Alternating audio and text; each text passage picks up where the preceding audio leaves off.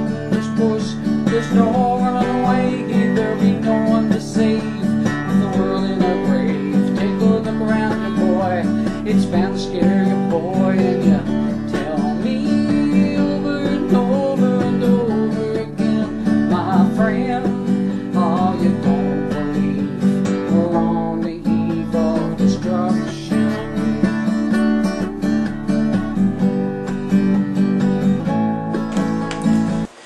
Hi, this is Dancing Rabbit, and welcome to another weekend edition of the Pagan Perspective.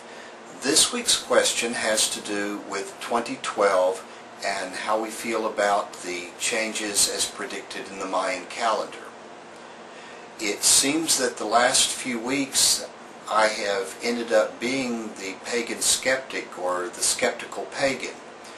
While my spiritual path has a great deal to do with cycles, there are cycles of nature, such as the cycle of the moon.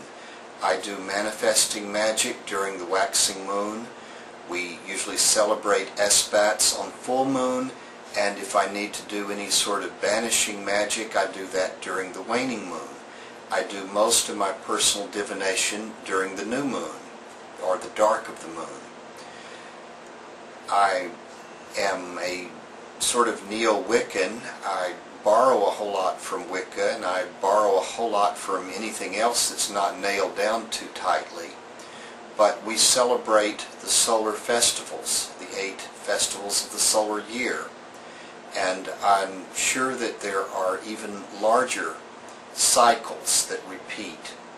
I remember back in the late 60s singing about the dawning of the age of Aquarius, and there definitely were some radical changes in the mid to late 60s from the previous generations. I think probably the best movie on the subject, and I do digress here, but it's The Weekend. One of the best movies to give you a feel of that change, the dawning of the age of Aquarius, is the movie Across the Universe. It's based on Beatles songs, and it takes a group of people from what were probably the early 60s on through all of the changes and into the age of Aquarius. But the question was about 2012. Now, the idea is that according to the Mayan long calendar, by December 21st, winter solstice 2012, the 5,125-year long cycle will be completed, and there will be drastic spiritual changes.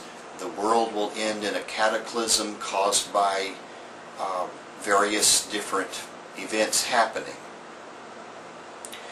The research that I've done, and it hasn't been a great deal, it's only been in this past week, but the research that I've done seems to indicate that people who study the Mayan culture, Mayanists, don't find any evidence in classical Mayan accounts that would indicate that the end of this cycle is a great spiritual revolution or an end of the world type thing. What the Mayans typically did at the end of a long calendar celebration, a long calendar, was have a big celebration, a big party.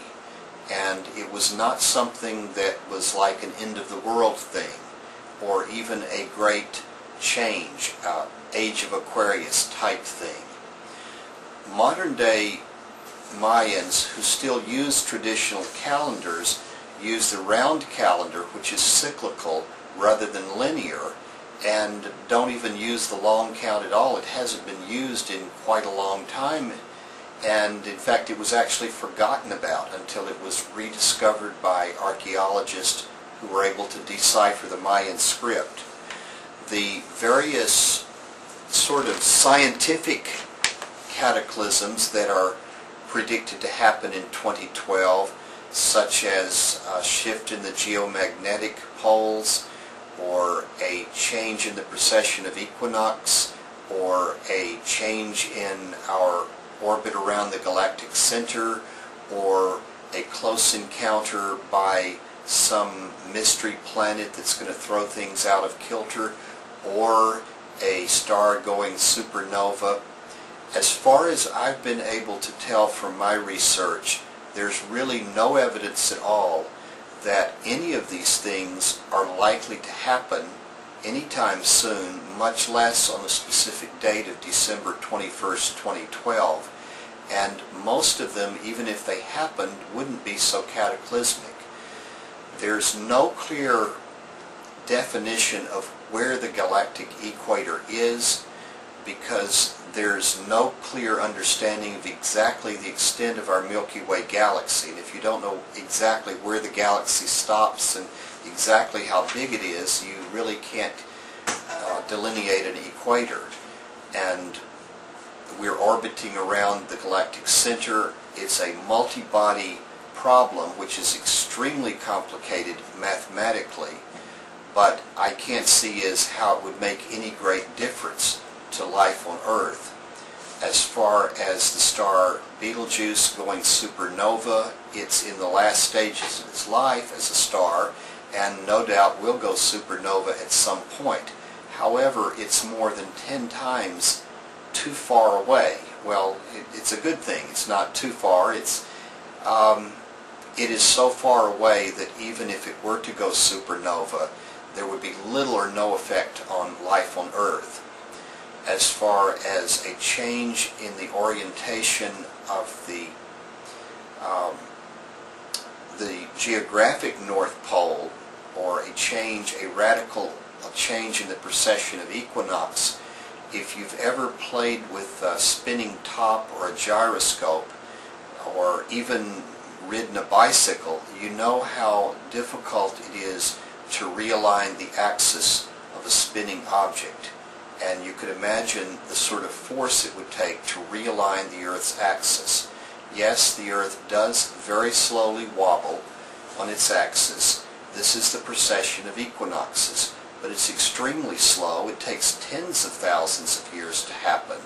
And even as it happens, the main effect is that we have a different North Star, or perhaps for a while no North Star. It certainly doesn't cause any great change in life on Earth. Now, as far as the magnetic pole reversals, yes, when magnetic poles reverse, and they do reverse periodically, there is a period of time where there is no magnetosphere, which exposes life on Earth to a great deal of radiation. This happens on a multi-million-year cycle. It's not totally predictable, it's not totally regular, but it's certainly not related at all to the Mayan long calendar. And there's no indication that this is going to happen anytime soon. In the distant past, when it has happened, there has been a build-up to it. There has been a weakening of the magnetic field, hundreds, thousands of years before its collapse and eventual reversal.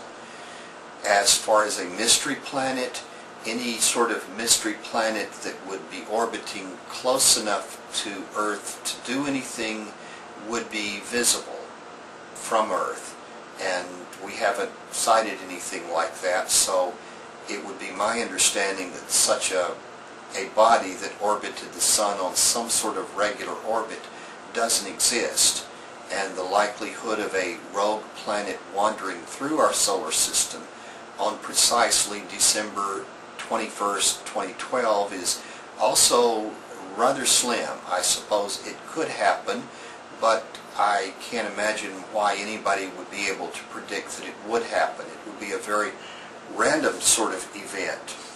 So it's my humble opinion that the whole 2012 thing is going to turn out a whole lot like the Rapture weekend last month, or the Y2K scare that I remember back when the year 2000 happened.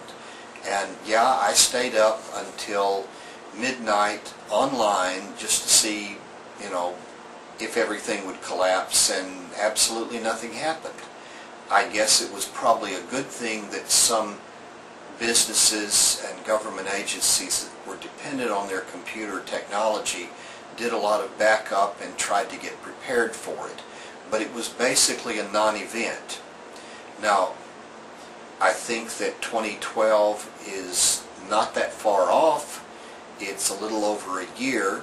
So if I'm wrong and the world comes to an end, then I guess I'll meet all of you in Summerland or Valhalla or wherever we end up, and I will definitely buy you around or eat a big slice of humble pie. On the other hand, if it's not an end of the world, it's a major spiritual shift of some kind, then I guess that wouldn't be such a bad thing. And if I'm wrong, I'll sure admit it, and I will be the first one to celebrate the big change. So, till next week, this is Dancing Rabbit, and I'm out of the broom closet wishing you peace.